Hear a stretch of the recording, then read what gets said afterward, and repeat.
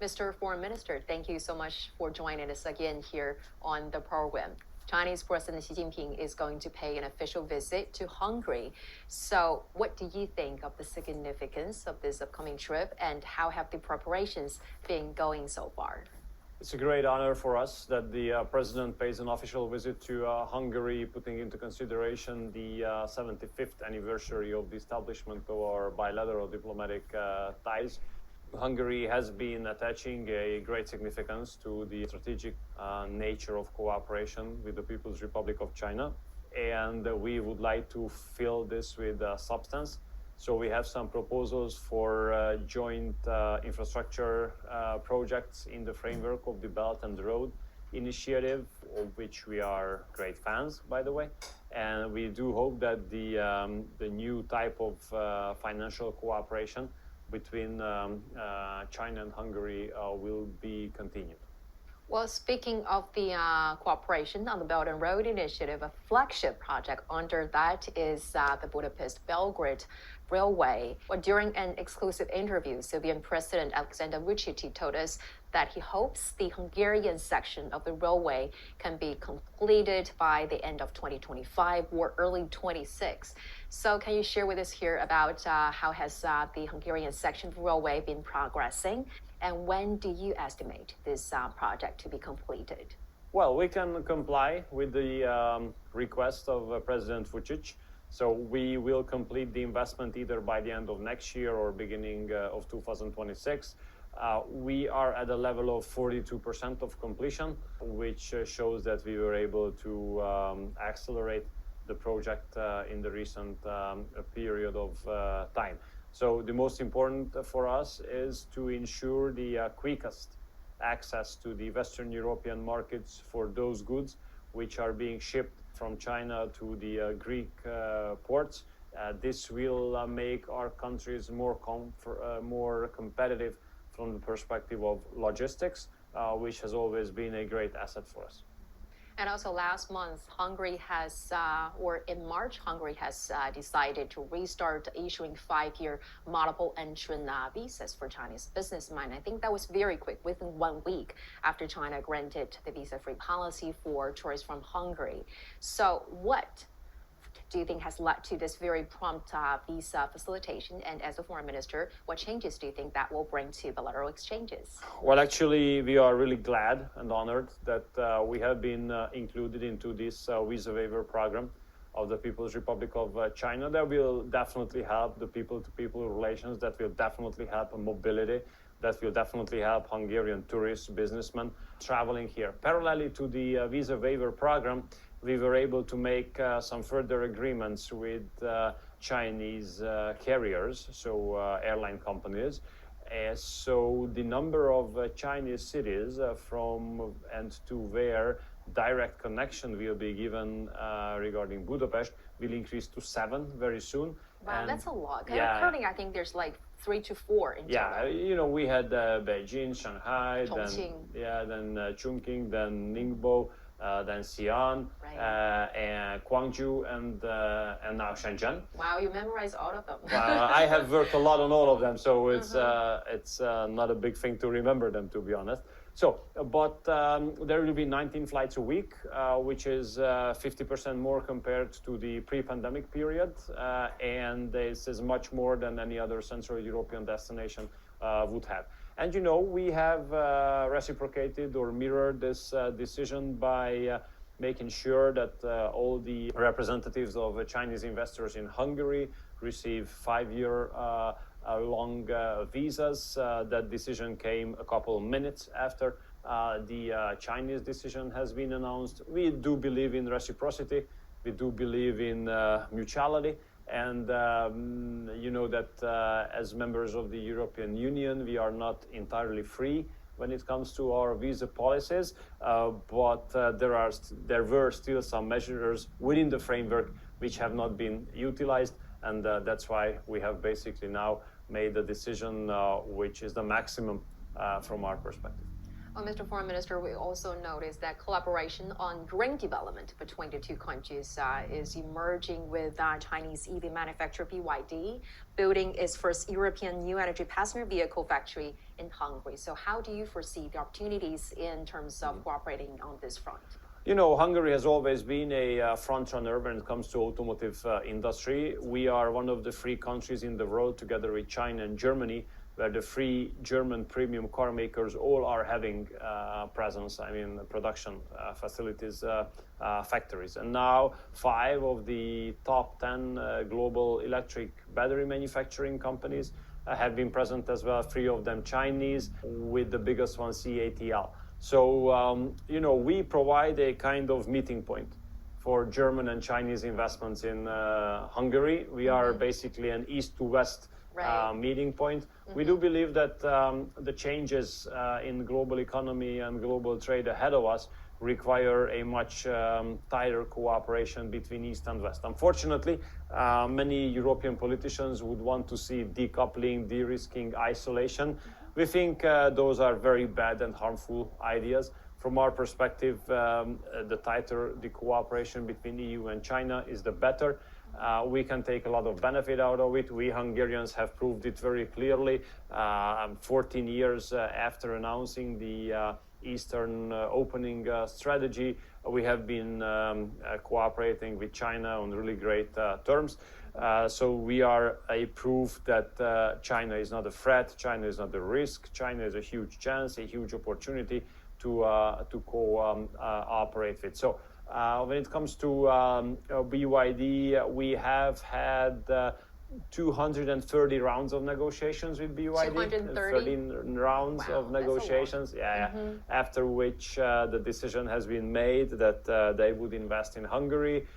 You know, they contribute a lot to the growth path of our national economy with this investment. So we are super happy with these state-of-the-art type of technological investments of Chinese companies to Hungary. What is your take on the threat of tariffs by the EU, the United States, to Chinese EV manufacturers? Look, we are a small country with a very open economy. Our exports have reached 85% of GDP proportionally. So for us, the global trade to be free and fair is vital. So, and you know, the more tariffs are there, the less free global trade is. The more tariffs are there, the less fair global trade will be. So for trade flaws, for the freedom or the liberty of trade flaws, it's really important not to apply tariffs, not to put obstacles on the road. So we are totally against this European investigation against the electromobility sector of China. We think it's absolutely not necessary. It's not well-based. It's dangerous for the European economy. It's harmful to the European economy as well. So we will go against that for sure. You just mentioned the ongoing heated discussions in the EU with the United States about, you know, some of the countries that are now trying to reduce the so-called reliance or dependence on China's economy. But you have just said, and also previously warned, that any effort to edge away from China is going to be a damage for Europe. And you also said it's like committing a suicide, decoupling or de-risking is like committing suicide to the European economy. Can you further elaborate on that? And what would you say to your counterparts? Obviously, you know, we're now still trying to do the so-called decoupling and de-risking from China. Whenever I listen to my German colleague speaking about decoupling and de-risking, I always raise a question to her, then how it is possible that the global CEOs of German companies usually come to me to ask me to attract their Chinese suppliers to Hungary. You know, I mean, the cooperation of BMW from Germany and EV Energy from China is the best example. EV Energy is producing the electric batteries for BMW, and their factories are next door. They do not even have to use public roads. They just open the gate and then they make the delivery. So that shows very clearly that the German-Chinese, European-Chinese, East-to-West economic cooperation functions well. The only thing we need is that the politicians should not interfere, because as soon as the politicians interfere there, they would cause a lot of harm. So we have to understand that the backbone of the future of global economy and global trade is basically the electric automotive sector. Now, the electric automotive sector is in the making currently because the technology has just been, applied. So therefore, an aggressive way of keeping China and Europe separated causes a lot of harm because the electromobility strategy of the biggest European automotive companies would not be successful for sure without their Chinese suppliers.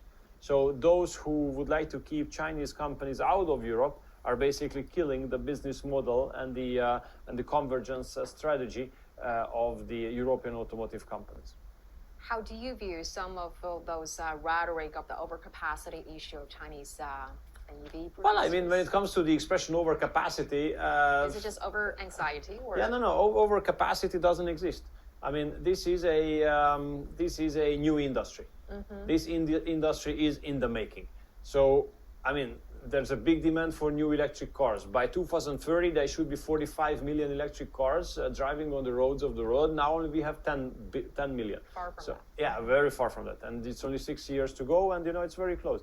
So therefore, overcapacity doesn't exist. Lack of capacity does exist. So I mean, we would need much more capacity to boost this industry. So therefore, speaking about overcapacity is something which is very, very, very far away of reality, and is just political ideological statement. So in face of those challenges, unilateralism, anti-globalization, many of those challenges, how do you understand the significance of the concept of a community of shared future for mankind proposed by Chinese President Xi Jinping?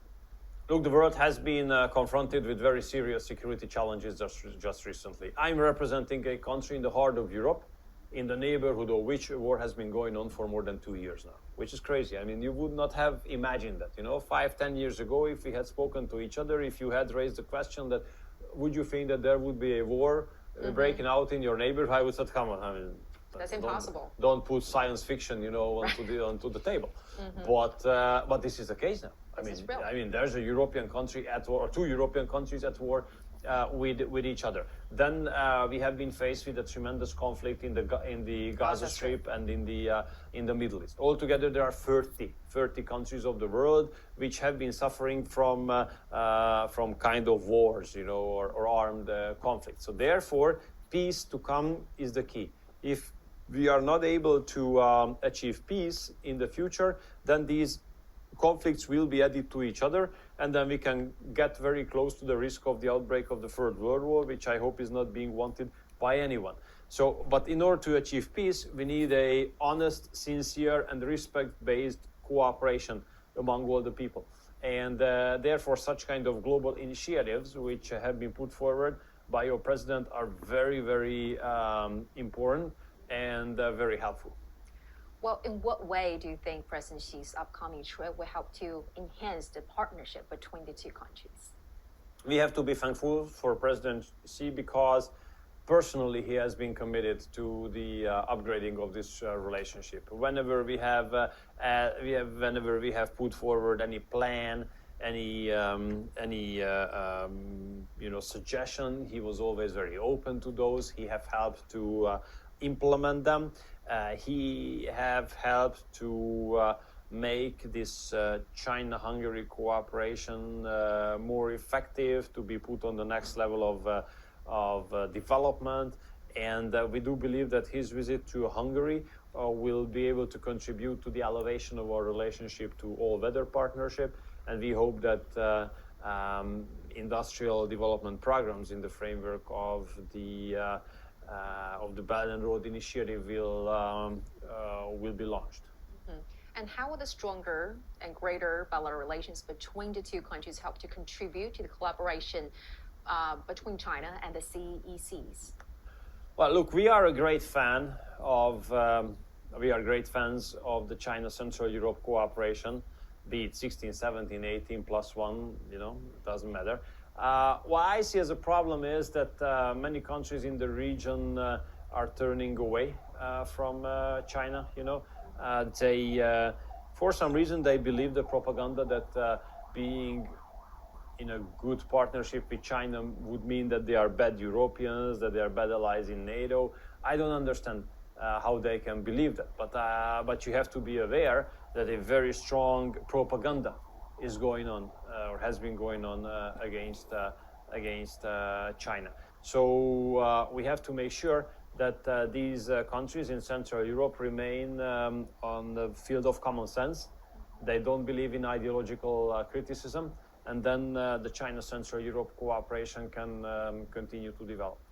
But how come Hungary has been always very persistent in upholding this, valid relation with China? Because we understand this is our national interest, and we are not ready to make any kind of compromise on our national interest. Other countries might think differently, but I can't speak for them. What I know is that what is the major difference between us and all other European countries is that we have a political stability at home. We have won all the elections since 2010. We have been in power for 14 years. We don't need a coalition partner. It is a single party government. And as such, we can resist the pressure.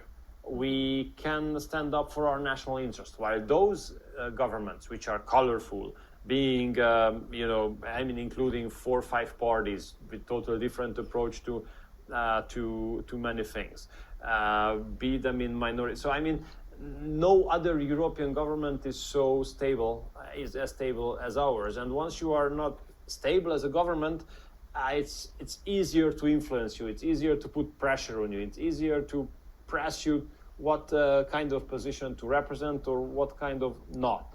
So therefore, having a strong government, having a political stability in the country, it is obvious that we want to continue to working together with China. Well, speaking of the crisis in Ukraine, you were there early January, and that was the very first trip that you paid since the crisis broke out. So share with us about, the current or the latest updates there about what you saw, what you have experienced there. Well, I think it has been proven that those European politicians who claimed for battlefield solution have failed. Because there's no battlefield solution for this war. Ukraine cannot win this war because Russia has such an overpower that it's impossible to beat them. Russia cannot win big in this war either because the volume of Western weapons which have been delivered to Ukraine do not allow Russia to win big.